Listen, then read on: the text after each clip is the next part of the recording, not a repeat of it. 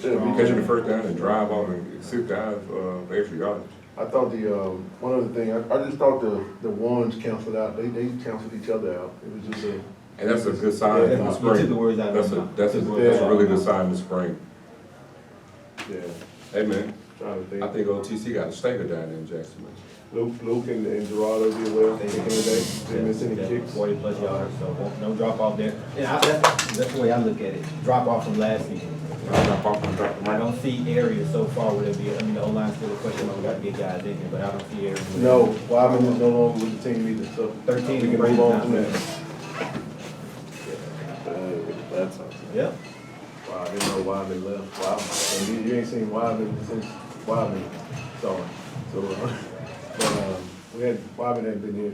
I think he came a couple of days, when they reported back, and after that, so we don't know. Back home, yeah. Kickers was on point, yep.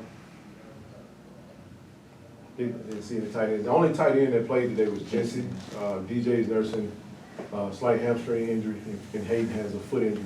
And, they all will be healthy. KJ, everything's out, had surgery, on his shoulder. So, Jackson Barry stepped in. he did.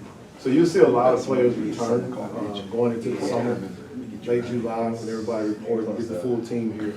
We'll start to see, Evan Henry got banged up a little bit. Did he come back in? He did. No, but he was stand up on his feet, so that was a good sign. Yeah, he ran off, at the end of the game and said, leg hurt a little bit, but he'll be okay. Hey, man, Got through the spring, no maybe. it feel good to see how they I come think I saw him out. last year, this year. Tell me. Yeah, I told him at the end of the game, I said, man, hey, way to play, man. I mean, he's fourth year in college, is his number 4, so he's a. This is for you. Yeah, so he's a veteran, he's playing, mostly practice reps, but he's been around, so. He's the That's one on the what you expect. sideline, making the signals in the game. You can tell he's a, smart player, smart kid. And we still haven't seen Zion McDonald. We've seen him in practice up until, he got banged up a couple weeks ago, but he's a guy who's gonna come in and compete as well, so. And who knows, we may bring in another quarterback. And you didn't hear me say it, but we may. Do tell. Yeah, somebody said Niles is clear.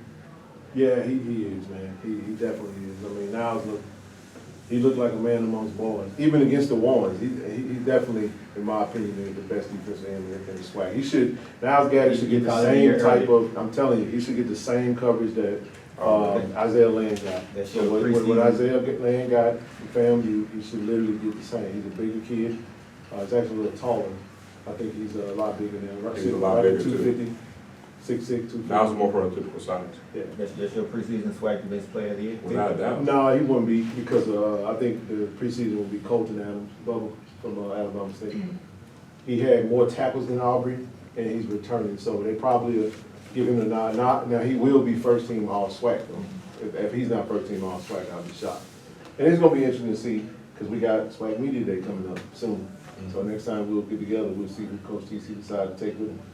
That'd be fun to see. It's always fun to see. But other than that, y'all, I mean, spring blue and white 2023 game in the books.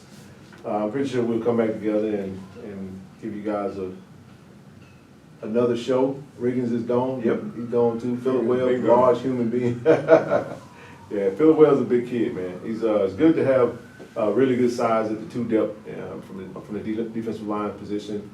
Jeremiah Williams looked really good today. Devontae Davis looked good. And like Doyle stated, I mean, Coach TC stated, the whole D-line looked very good. Dominant. No drop off. Big Boosie jumped off the screen at us, you know what I'm saying? Made a big play, got in the backfield. And then the name we're not missing Drew is Thompson. Drew Thompson made a play today. So, that's 7 players right there. I think once we get everybody in, we'll bring in probably another big-time edge rusher to solidify the 2 deep on the D-line position, and then add some more depth at the linebacker position, which we already have that coming in with Jamon McNeil. And I don't know his name, but he's from Snow College. I can't pronounce it. Junior. Yeah, Troy Palmer. Let's call him Junior. Junior. That's right. Junior out of 6'2", 225, big linebacker, man. So the linebacker room is going to be solid. I did like the way that they switched up the formation. You saw Tim Stewart playing some linebacker today. And he's done it Now, every that's a time. very Outside ingenious back. tweak. This is one thing. They definitely have to do a lot of stretching, man. We've seen a lot of hammers, a lot of tweaks, hammers here and there, so Where hopefully. it feels to Well, no, just throughout the spring, Oh, because, you didn't see 23 today, because he was Yeah. still nursing that, so he was out there, but he didn't give any reps. So you saw, but that goes to the versatility of Tim Stewart, though. He be able to play the nickel and play some linebacker. He did it at Troy as well, and in high school. I mean, I Right. watched him in high school, Hazelhurst, but, yeah, he can, it's just his size, he's like a tweener. But that's his position linebacker, he's just so short. So, yeah, anytime you give your D-line, give you a chance to put pressure on the quarterback, I mean, you got the speed on the back end to minimize the running quarterback, I think we're gonna be fine. And then we know what's coming in. When you take what is gonna be coming in and add that to what we saw on a wet field, wet day, I mean, it was probably the best that you could have seen it, so. I'll tell you what, even when you think about, now listening to what Doyle said about, what they're doing with regards to the D-line, it makes a lot of sense now. You add in what we're lining up on the D-line and what Coach Brown looking to do from a schematic standpoint. Right. Now it makes that defense even more formative. Yeah. Because we're gonna put in anything now, Yeah, it's gonna be interesting to see, man. So, next time we take the field, it's gonna be in ATL versus South Carolina State. We know they had a spring game today. We had a lot of teams had spring games today. We'll definitely be keeping our head over into some other spaces to see, how everybody looked, and then, we'll jump back into our recruiting updates and, report on, when the players arrive to the campus and Yes, sir. get things going, so. And zero's Alan Walker, by the way. Hmm? I was asking the question. Oh, yeah, 6-1. But other than that, family, that's all we got. 30 minutes in, again, apologize about the audio. I tried to do one mic, but it seems like with the one mic, the other receiver didn't pick up, so that's probably why it wasn't. So when I opened it, the other one took it out. That's when they could hear. So, Yeah. hey, now, that's why you do a dry run. And anyway, appreciate you guys, man. Tiger Talk with the 1400 Club live here at the Vet, post 2023 Blue and White Spring Game. Be sure to go ahead and hit the subscribe button. If you're not, if you tuned in on YouTube, wherever you tuned in at, go to Tiger Talk with the 1400 Club on YouTube, hit the subscribe button.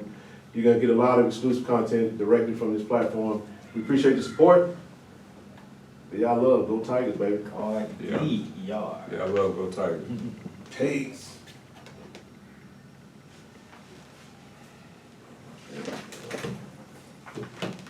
All right. And you talking about anything work good, bro. Only problem was that some bitch didn't come on. They was mad as hell. Audio. I can't hear nothing.